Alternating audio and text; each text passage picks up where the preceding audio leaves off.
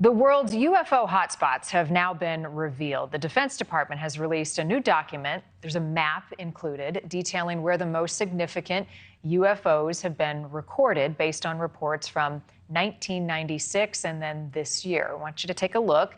As you may expect, the west and the east coast of the U.S. are on the map, but check out some of the other places: Nagasaki and Hiroshima in Japan, parts of the Middle East like Baghdad, Doha, and Dubai also on that list.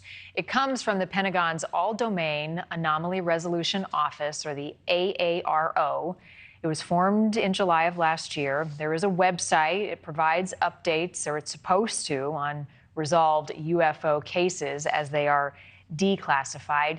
Jim Negus joins us now. He's a solar physics research scientist at the University of Colorado in Boulder. Hi there. Thank you for being with us. So the U.S. notoriously has been secretive about the UFOs and program and any identification and investigations into them compared to other countries. Why is that? Well, first of all, thank you, Marnie, for having me on. And I want to emphasize to your audience how important this topic is. So this threads defense, science, and the public community. But I want to first emphasize how important it is to first utilize scientific processes to constrain that these are actually UFO sightings. Now, from my realm of astrophysics, there is a distinct process before we can evaluate a phenomena as actually existing. And I think it's important for us to execute much of that method before we certainly identify any of these UFOs. I mentioned that program a moment ago, and I've got to be honest, I didn't go on today, so I'm not sure if this is still true, but I did try to jump on the website recently, in the last month or so. I couldn't find any information on how to report UFOs. I didn't find a phone number or an email or any direction. So they say they've set up a program for people to provide information and possible sightings, yet the general public, which I was trying to access, cannot. So where does that leave us? Absolutely. So this is the All-Domain Anomaly Resolution Office. And I myself was on this website and surprised by the lack of ability to actually report and to assess the data that has been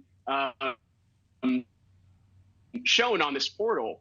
And, for me, I think, NASA and other global space agencies have devoted billions of dollars on the conquest of searching for life in our universe.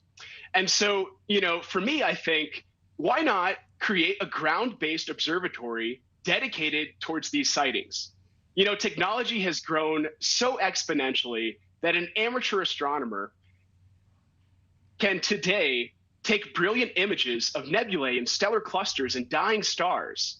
So why have we not devoted the resources, which are fairly small when you consider the billions of dollars that have been devoted?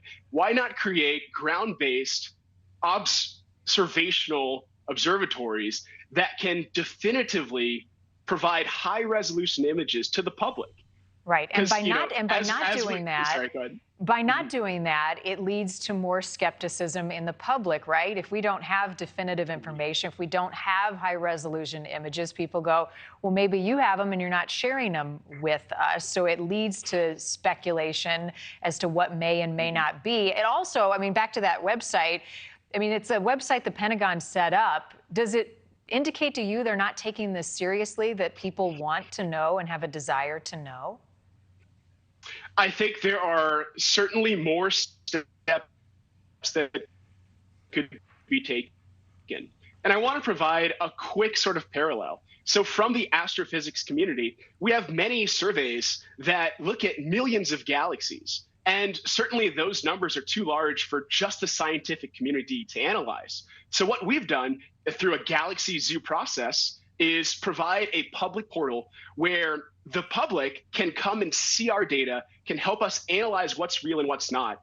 And through the interactions of the public, the science community, then we can begin to posit what we think these sources actually are. And I think the next step as we look towards UFOs and UAPs is to create more bridges between these seemingly secular communities. Thank you for watching. Go to newsnationnow.com to find News Nation on your television provider. And don't forget to click the red subscribe button below to get more of News Nation's fact-driven, unbiased coverage.